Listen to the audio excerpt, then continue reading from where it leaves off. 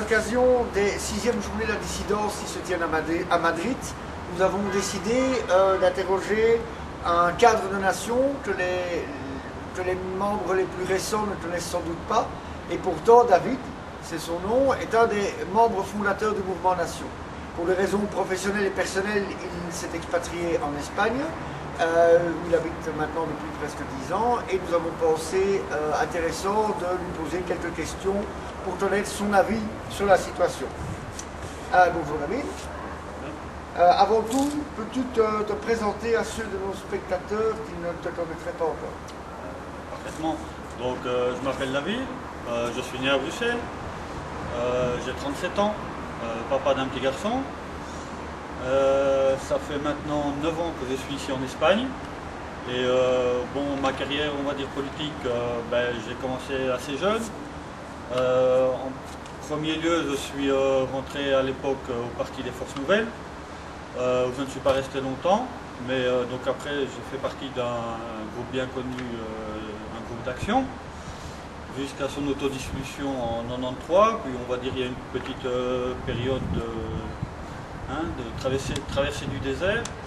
Et donc après, avec d'autres camarades, s'est formé Nation, auquel j'ai participé depuis le début, que j'ai laissé après parce que je suis venu ici en Espagne. Donc. Mais je continue maintenant à travailler avec le MSR, donc, qui est le Mouvement Social Républicain.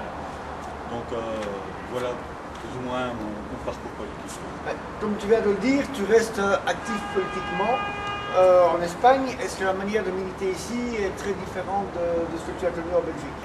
Non, pas tellement. En fait, c'est comme partout. Donc, il faut coller des affiches, il faut coller des autocollants.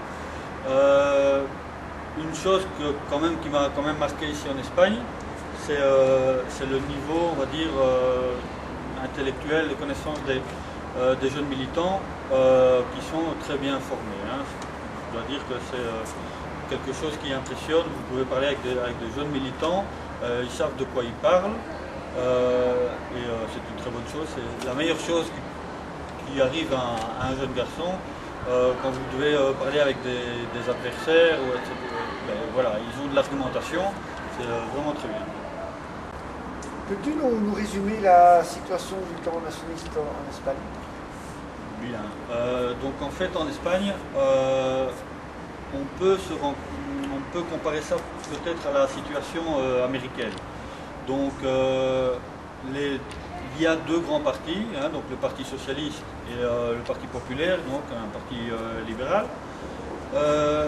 Et autour de ces partis, donc forcément, rassemble un petit peu tout ce qui peut être sympathisant. Donc au PP, vous pouvez très bien rencontrer des gens qui sont très sympathisants avec ce qu'était la Phalange, etc.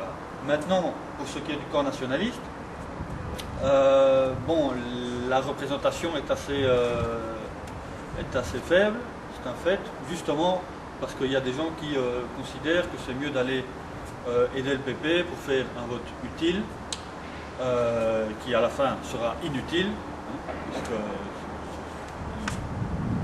Parti Socialiste, le PP, c'est quand même les partis du système, donc ils ne font avancer rien du tout en étant là-bas. Maintenant, le MSR, c'est un des partis les plus actifs ici maintenant en Espagne, et ils sont assez présents sur le terrain militant, et voilà. Mais au niveau des élections, non, les partis nationaux n'ont pas une grande importance.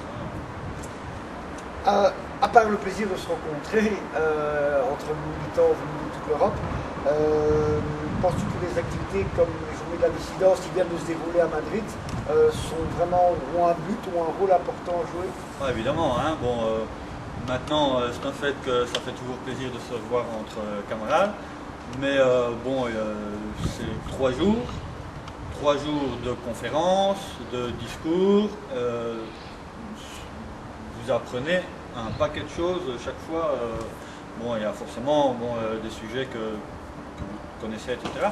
Mais il y a vous approfondissez toujours les connaissances. Donc culturellement, c'est très important de ce genre de choses. Et alors, bon, ce qui est très bien, c'est que vous avez un public hétéroclite. Hein, donc vous avez des jeunes, des moins jeunes, donc, mais tout le monde reste très attentif aux discussions et c'est très instructif. Toi qui étais présent à la fondation du mouvement Nation, comment juges-tu l'évolution du mouvement en Belgique? Ça va être très simple, la réponse.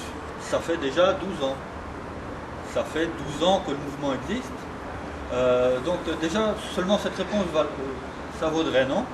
Mais bon, à part ça, donc moi, comme je suis expatrié, quand je vois les vidéos, les photos, etc., je vois plein de nouvelles têtes, des gens que je ne connais pas, qui d'ailleurs ne me connaîtront pas à moi. Et voilà, donc on voit qu'il y a un renouvellement. En parlant récemment avec toi, je me rends compte que même les anciens sont encore présents. C'est très positif. Hein. À propos de renouveau, donc il semblerait que le paysage politique nationaliste francophone est en train de se redessiner. Il y a eu un vrai changement au sein du Front National belge et il semblerait que probablement il y aura des candidats de Nation sur les listes du FN belge. Toi qui, à l'époque, comme nous tous d'ailleurs, avait toujours été assez critique par rapport au FN belge, qu'est-ce que tu penses de cette évolution? Bon, un point qui est certain, donc toutes ces personnes qui sont maintenant au Front National, je ne les connais pas toutes, donc c'est difficile de se faire une idée concrète et réelle du sujet, non?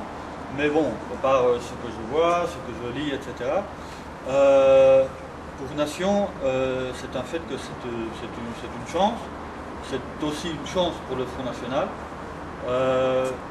Et puis j'espère que cette union pourra se réaliser dans les meilleures conditions et